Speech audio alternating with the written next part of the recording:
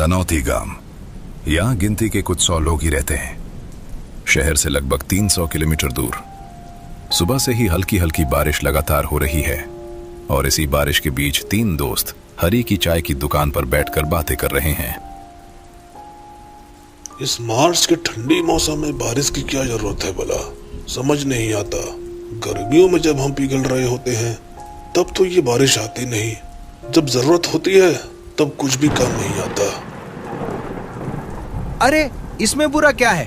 कंबल में लिपटकर लंबी और आरामदायक नींद ली जा सकती है और खाना खाकर कंबल के अंदर कहानी की किताब पढ़ने का मजा ही अलग होता है।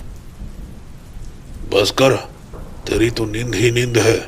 अगर तुझे सुलाकर कुछ पटाखे बम भी फोड़ दे तब भी तेरी नींद नहीं खुलेगी।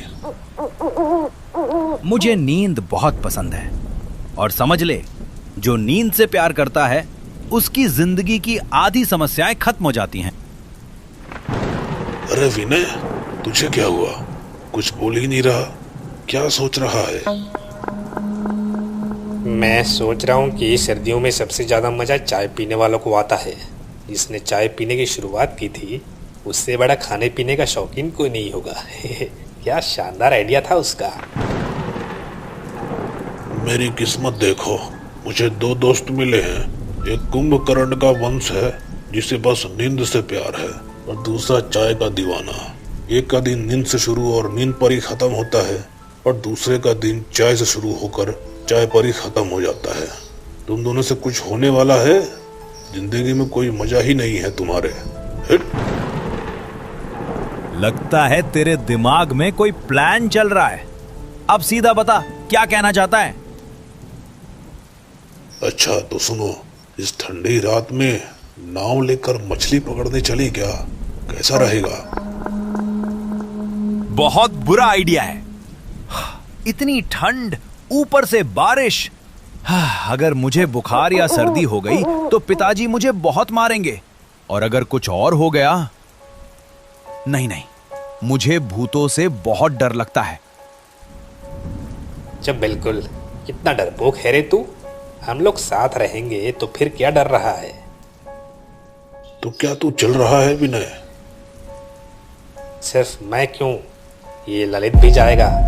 सुन, रात का खाना खाकर हम गंगाराम काका की छोटी नाव और जाल लेकर निकलेंगे। फिर घाट पर बैठकर बातें करेंगे और जाल डालकर मछली पकड़ेंगे। नहीं, मैं नहीं जाऊंगा। मेरे पिताजी मुझे जाने ही नहीं देंगे। अरे बेवकूफ, क्या तू अभी भी छोटा बच्चा है? घर में सोने का नाटक करना और खिड़की से निकल आना। तो तय रहा बात, आज रात हम मछली पकड़ने जाएंगे। सोचकर ही कितना अच्छा लग रहा है। पता है, ये मेरा बहुत पुराना सपना था। कितना पुराना सपना? अभी तो कहा तूने। अच्छा बस कर, अब हम चाय की दुकान के सामने मिलेंगे। अभी घर चलते हैं। लेकिन उससे पहले नाव और जाल का इंतजाम करना होगा। वो सब मैं देख लूंगा। और तू इतना डरा हुआ क्यों लग रहा है? हर चीज से डरता है, डरपोक कहीं का। अब विनय, बकवास मत कर। मैं बिल्कुल भी डरपोक नहीं हूं। मेरे अंदर बहुत हिम्मत है। तो ठीक है, महान वीर ललित चौधरी जी, आप आज रात मछली पकड़ने आकर अपनी बहादुरी दिखाएंगे। ठीक है, मैं भी आऊंगा।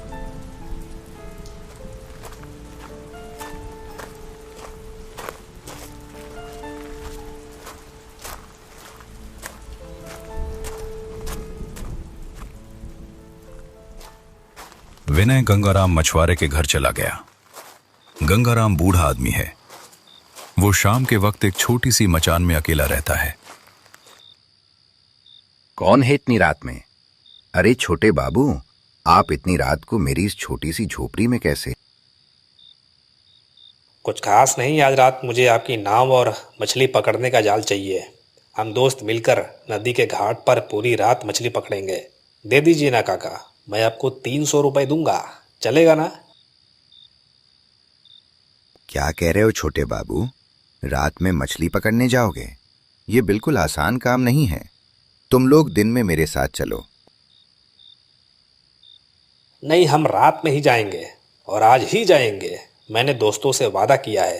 काका मना मत कीजिए, कृपया मान जाइए ना। रात में शांत नदी बहुत बेचैन हो जाती है। रात गहरी हो जाती है और ऐसी चीजें भी दिखाई देती हैं जो बहुत भयानक होती है। उन्हें सहने की उम्र और ताकत तुम लोगों में नहीं है। आप बस ये बताइए कि दोगे या नहीं, मेरे दोस्त मेरा इंतजार कर रहे हैं। अरे गुस्सा क्यों हो रहे हो? मैंने कब मना किया? अच्छा ठीक है, ले जाओ। वहां कोने में जाल रखा है और नाव घाट पर बंधी है। धन्यवाद काका, आप बहुत अच्छे हैं। ये लीजिए काका, पैसे लीजिए, ये आपका किराया है। अच्छा मैं चलता हूँ। नहीं नहीं छोटे बाबू, पैसे की जरूरत नहीं है, लेकिन ये काला धागा अपने हाथ में बांध लो। इससे कोई भी खतरा तुम्हें छू नहीं पाएगा। ये काला धागा कैसे खतरे को रोकेगा? अच्छा ठीक है, ना मत डरिए। अपने दोस्तों को भी ये पहनाना। ठीक है काका, अब मैं चलता हूँ।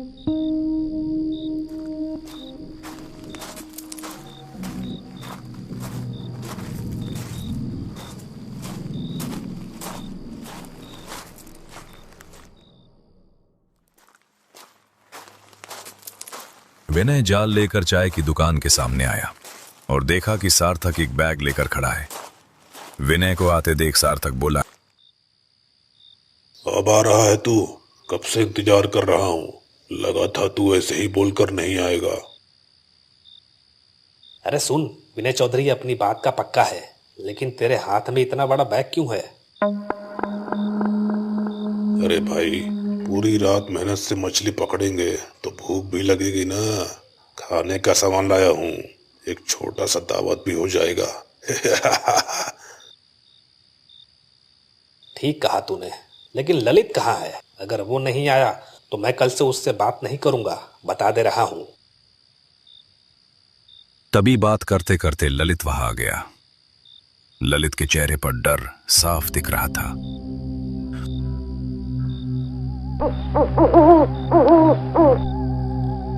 क्या हुआ रे?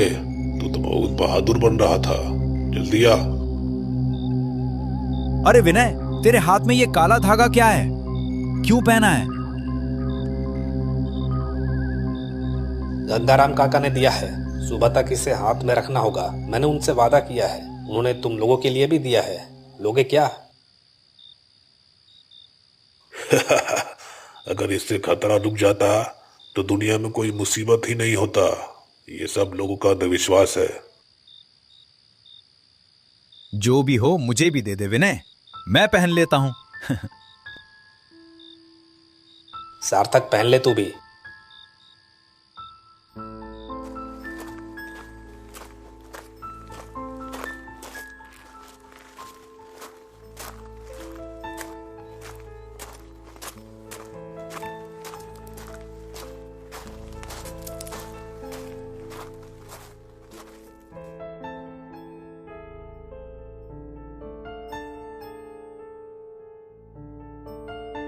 अरे देखो हम पहुंच गए।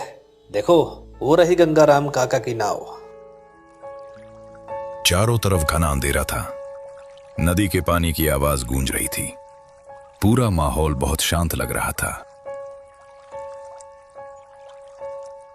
हे भगवान, चारों तरफ बिल्कुल सुनसान है, कहीं कोई नहीं है। क्या हम तीनों ही नदी में रहेंगे? हाँ रहेंगे, इसमें डरने की क्या बात है। तूने काला धागा तो पहन रखा है।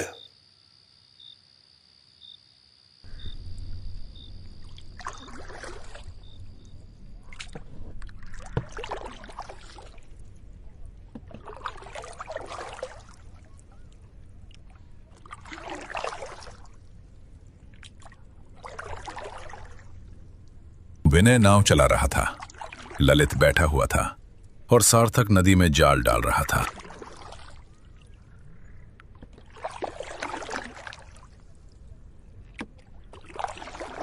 क्या हुआ रे, कोई मछली मिली क्या? लगता है यहाँ एक भी मछली नहीं है। 10-12 बार जाल डाल चुका हूँ, एक भी नहीं मिली है अभी तक। अब क्या करें हम? आगे थोड़ा बढ़ेंगे तो एक शमशान घाट है, क्या वहां जाकर देखें?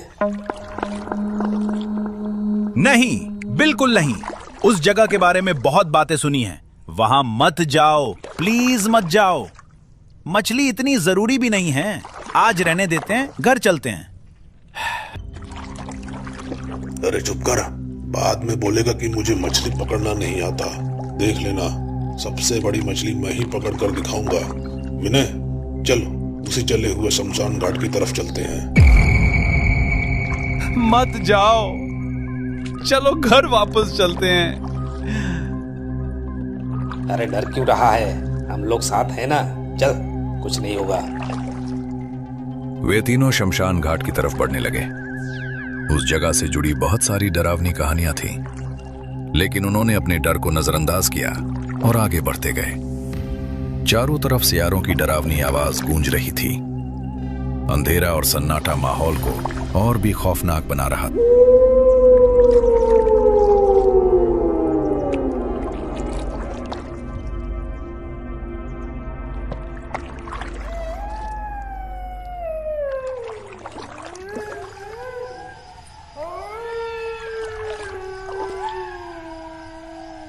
अरे बाप रे, ये सियार कितनी डरावनी आवाज में चिल्ला रहे हैं।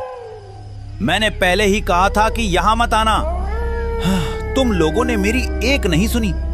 चारों तरफ देखो, कितना डरावना है। सच में यार सार्थक, यहाँ बहुत अजीब लग रहा है, दिल घबरा रहा है। चल यहाँ से वापस चलते हैं। अरे थोड़ा रुक जाओ, जब आ ही गए हैं तो एक दो बार जाल डालकर देखते हैं। सार्थक ने नदी में जाल डाला। कुछ देर बाद जब उसने जाल खींचा तो जो उसने देखा, जाल में एक लड़की का कटा हुआ सिर फंसा हुआ था। ये देखकर तीनों डर के मारे कांपने लगे।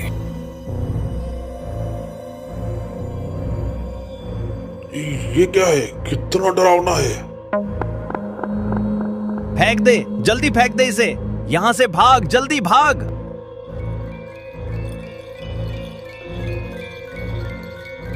अरे ये क्या, नाव यहीं रुक गई है, चल ही नहीं रही है। अब क्या करें हम? अचानक उन्हें एक डरावनी आवाज सुनाई दी।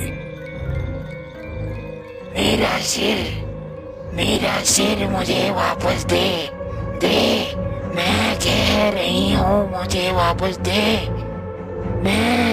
मेरा सिर मुझे वापस दे, नहीं तो तुम सबको खत्म कर दूंगी। ए भाई, ये सब क्या हो रहा है? मैंने पहले ही कहा था यहां मत आओ। लो, अब भुगतो। ये सब क्या हो रहा था, उन्हें कुछ खबर नहीं थी। उन्होंने डरते हुए ध्यान से देखा।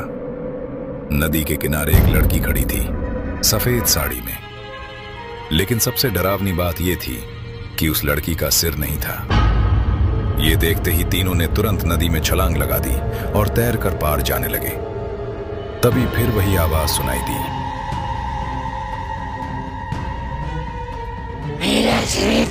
मेरा सिर मुझे वापस दे, मेरा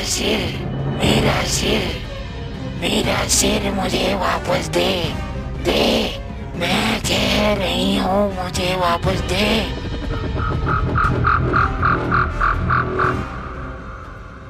तीनों जैसे तैसे नदी पार करके भागने लगे।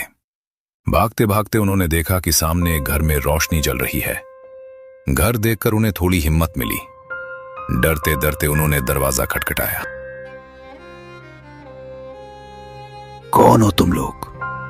इतनी रात में यहां क्या कर रहे हो? तीनों ने उसे पूरी घटना बता दी।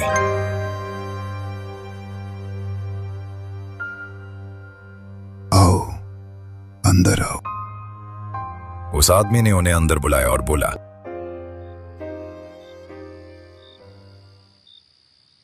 कुछ साल पहले की बात है। इस जले हुए शमशान के पास एक लड़की की लाश मिली थी। उसका गला कटा हुआ था। बहुत ढूंढने के बाद भी उसका सिर नहीं मिला। गांव वालों ने उसका अंतिम संस्कार कर दिया, लेकिन उसकी आत्मा आज भी भटक रही है। किस्मत अच्छी थी तुम्हारी जो तुम बचकर लौट आए। आगे से कभी ऐसी रात में बाहर मत निकलना। आज तो बच गए, लेकिन कल बचोगे इसकी कोई गारंटी नहीं है। तुम लोग यहीं आराम करो, सुबह चले जाना। लेकिन वो लड़की कौन थी? ये तो हमें नहीं पता बेटा, ये कोई ठीक से नहीं जानता। लेकिन गांव वाले कहते हैं कि पास के गांव से एक लड़की गायब हुई थी, जिसने एक लड़के से प्यार में अपने परिवार के खिलाफ जाकर शादी कर ली। लेकिन कुछ दिन बाद सुनने में आया कि उसी के घर वालों ने उसे मार कर फेंक दिया और उसका गला भी काट दिया, ताकि कोई उस लड़की की लाश को पहचान ना पाए।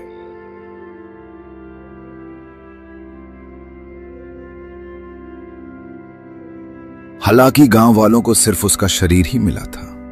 आज तक किसी को उसका सर नहीं मिल पाया। और जो भी रात में उस शमशान के पास गया है, उसने उस सिर कटी लड़की को देखा है और डरावनी घटना का सामना किया है। उसके बाद तीनों दोस्तों ने वो रात वहीं बिताई। सुबह होते ही वे अपने घर वापस लौट गए और साथ ही उन्होंने फैसला किया कि वो अब कभी भी रात को घर से बाहर नहीं निकलेंगे। सार्थक भूतनी के, तेरे वजह से आज हम मरते मरते बचे हैं। तू अगर जिद ना करता तो आज हम इतनी बड़ी मुसीबत में ना फंसते। भाई, अब जिंदगी में कभी भी रात को मछली पकड़ने नहीं आऊंगा। तो दोस्तों, कैसी लगी आपको आज की कहानी? कमेंट्स में जरूर बताइए। और ऐसे ही नए नए हॉरर स्टोरीज के लिए अकल्प एनिमेशन को सब्सक्राइब जरूर करिए।